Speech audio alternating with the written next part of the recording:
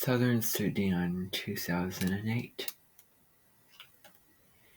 It was like music, the sound of Akira's laugh. Nia's father had decided that Akira needed a doctor.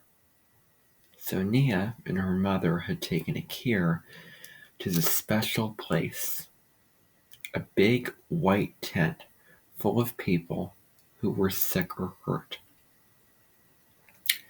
with doctors and nurses to help them. After just 2 doses of medicine, Akira was nearly her old self again. Still this, and weak, but able to laugh. Still thin and weak, but able to laugh as Nia sat on the floor next to her cot and played a clapping game with her.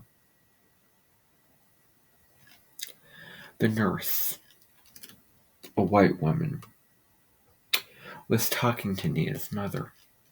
Her sickness come from the water, the nurse explained. She should drink only good clean water. If the water is dirty, you should bail it for a count of 200 before she drinks it. Nia's mother nodded that she understood, but Nia could see the worry in her eyes. The water from the holes in the lake bed could be collected only in tiny amounts. If her mother tried to boil such a small amount, the pot would be dry long before they could count to 200. It was a good thing, then, that they would soon be returning to the village. The water that Nia fetched from the pond in the plastic jug could be boiled before they drank it. But what about next year at camp, and the year after that, and even at home? Whenever Nia made the long, hot walk to the pond, she had to drink as soon as she got there. She would never be able to stop Akira from doing the same.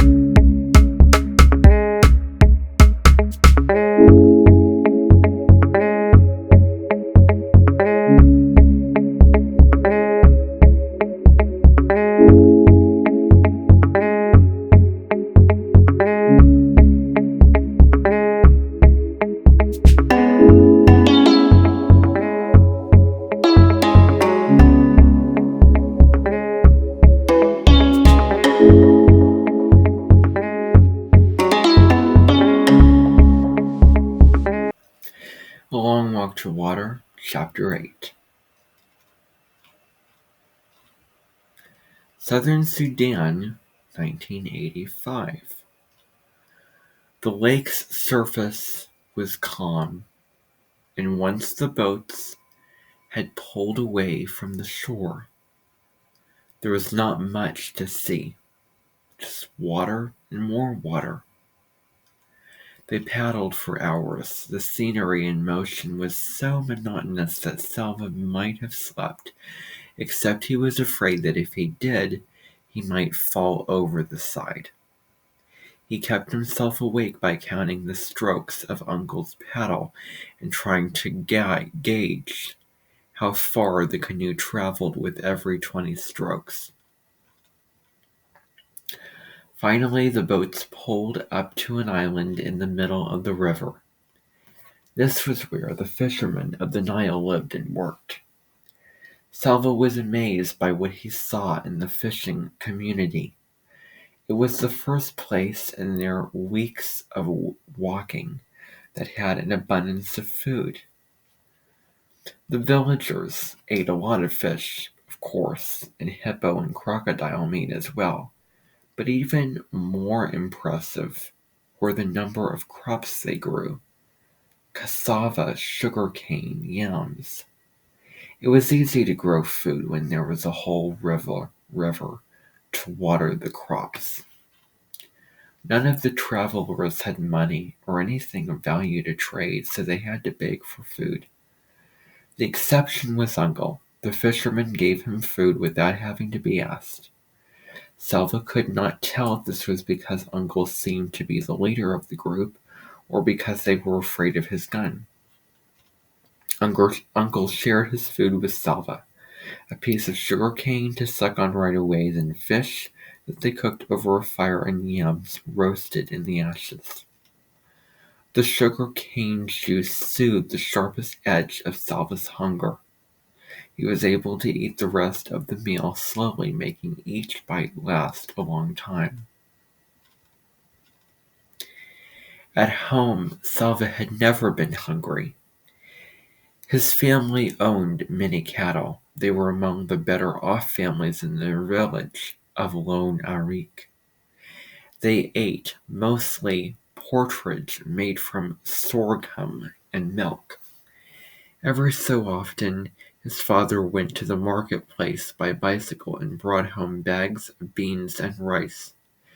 These had been grown elsewhere because few crops could be raised in the dry, semi-desert region of Lone Arik. As a special treat, his father sometimes brought mangoes. A bag of mangoes was awkward to carry, especially when the bicycle was already loaded with other goods. So he wedged the mangoes into the spokes of his bicycle wheels. When Salva ran to greet him, he could see the green-skinned mangoes spinning gaily in a blur as his father pedaled. Salva would take a mango from the spokes almost before his father had dismounted. His mother would peel it for him, its juicy insides the same color as her headscarf. She would slice the flesh away from the big flat seed. Salva loved the sweet slices, but his favorite part was the seed. There was always plenty of fruit that clung stubbornly to the seed. He would nibble and suck at it to get every last shred, making it last for hours. These were no mangoes among the fisherman's great stores, but sucking on his piece of sugar cane reminded Salva of those happier times. He wondered if he would ever again see his father riding a bicycle with mangoes in its spokes. As the sun touched the horizon, the fishermen shrewdly went into their tents. They weren't really tents, just white mosquito netting hung or draped to make a space so they could lie down inside. Not one fisherman stayed to talk or eat more or do anything else. It was almost as if they all vanished at the same moment.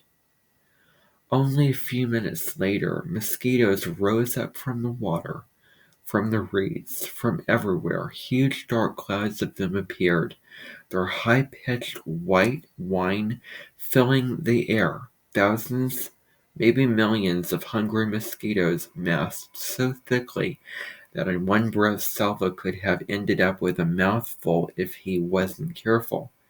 And even if he was, they were everywhere, in his eyes, nose, ears, on every part of his body. The fishermen stayed in their nets the whole night long. They even dug channels from inside the nets to just beyond them so they could urinate without having to leave their little tents. It didn't matter how often Salva swatted at the mosquitoes, or that one swat killed dozens at a time. For every one he killed, it seemed that hundreds more swarmed in to take its place. With their high, stinging whine constantly in his ears, Salva slapped and waved at them in frustration all night long. No one in the group got any sleep. The mosquitoes made sure of that. In the morning, Salva was covered with bites.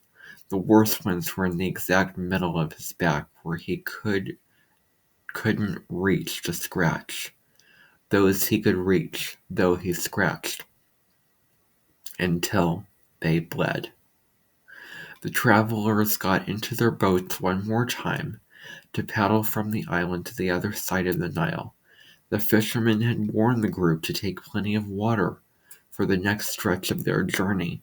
Salva still had the gourd that the old woman had given him. Others in the group had gourds too, or plastic bottles, but there were some who did not have a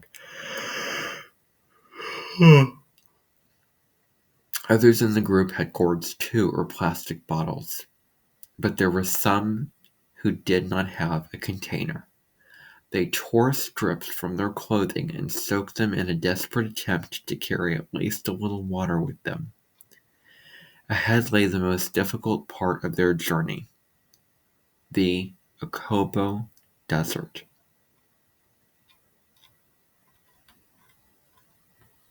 And that's the end of chapter 8 of A Long Walk to Water.